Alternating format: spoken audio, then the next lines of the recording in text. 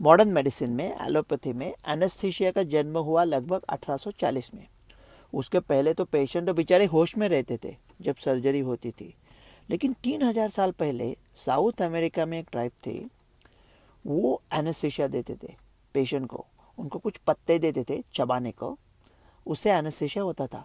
लेकिन वो सर्जन को भी एनेस्थीसिया देते थे और सर्जन को कहते थे वो जो सर्जिकल जख्म है जो उसने काटा है उसमें वो थूके। सो सर्जन को एनेस्थीसिया और सर्जन थूकेगा जख्म में। आप कहोगे ये तो वही बात हो गई, जेब में प्याज रखने वाले लोग निकले ये। थोड़ा सोचते हैं, वो पत्ते थे कोका के, वो कोकेन खा के पेशेंट तो फुलटू हो जाता था, लेकिन सर्जन को थोड़ी मात्रा में देते थे। वो पत्ते अगर सर्जन ने चबाए तो उसमें से निकलता था लाइडोकेन, जो है विश्व का सबसे अच्छा लोकल एनेस्थेटिक। उस ज़माने में उनको ये पता नहीं था कि थूक में बैक्टीरिया होते हैं। वो जर्म थियरी ऑफ डिसीज़ के काफ़ी पहले था, तो उनको जो विज्ञान पता था उसके मुताबिक ये बात शायद सही है। तो ऐसा छोड़ना नहीं चाहिए, सोचना चाहिए। तो जेब में प्याज रखने से क्या हीट कम होगी? मैं तो डॉक्टर हूँ, सीधा आंसर है नहीं। तो दूसरा कुछ करना चाहिए, इसके लिए अलग वीडियो बनाए। लेकिन सोचने में कुछ हर्ज नहीं है कि क्या करेगा प्याज। देखो, हमारे बॉडी का टेम्परेचर हम खुद कंट्रोल करते हैं, 37 जनरली रहता है। तो अगर बाहर का टेम्परेचर 42 है तो शरीर से हीट निकालेंगे तो डालेंगे कहाँ? व्हाट्सएप पे डालेंगे क्या?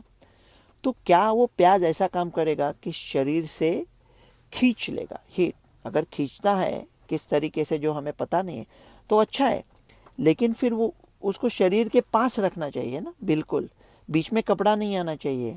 तो जेब में क्यों रखते हैं? तो पतलून के जेब में रखना है या शर्ट के, दाहिने या बाएं?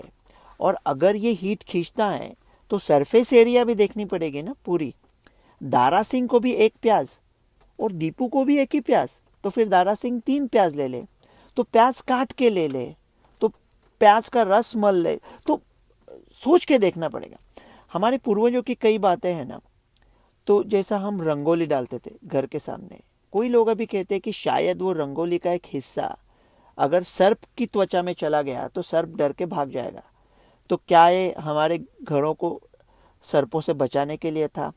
सूर्य नमस्कार, सुबह की कच्ची धूप में अगर आपने सूर्य नमस्कार डाल दिए 12, तो विटामिन डी का तो पूरा मात्रा मिल जाएगी, मन प्रसन्न हो जाएगा, कैपेसिटेंस, रेजिस्टेंस, एक्सरसाइज, डायबिटीज़ का खतरा बहुत कम हो जाएगा और जिम मेंबरशिप का पैसा भी बच जाएगा।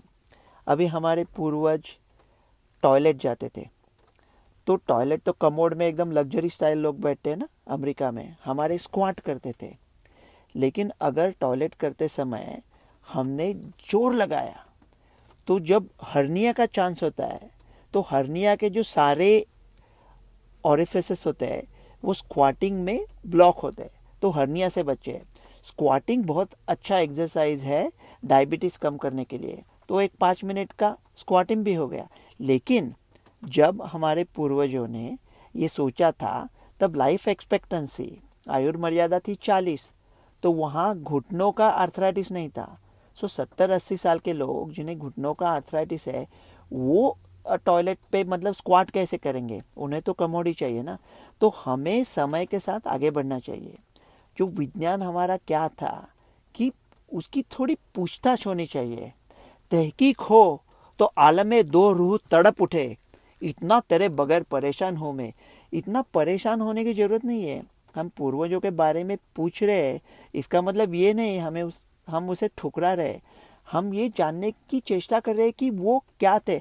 हम शायद अपने आप को इस काबिल बनाए कि ये समझ सके कि हमारे पुरखों की काबिलियत क्या थी, और हम उस ज्ञान का पता करते हैं तो सिर्फ हम नहीं बचेंगे, दुनिया को बचाएंगे और बेचेंगे भी। अगर हमारे पूर्वज इतने सयाने थे तो हमको भी थोड़ा पैसा मिलना चाहिए ना। अभी हमारा रवैया ये है कि लगता है हमारे पूर्वजों ने सिर्फ एक ही गलती की है, बाकी सारे काम अच्छे किए लेकिन हम जैसे लोगों को पैदा किया। डॉक्टर रवि गोड।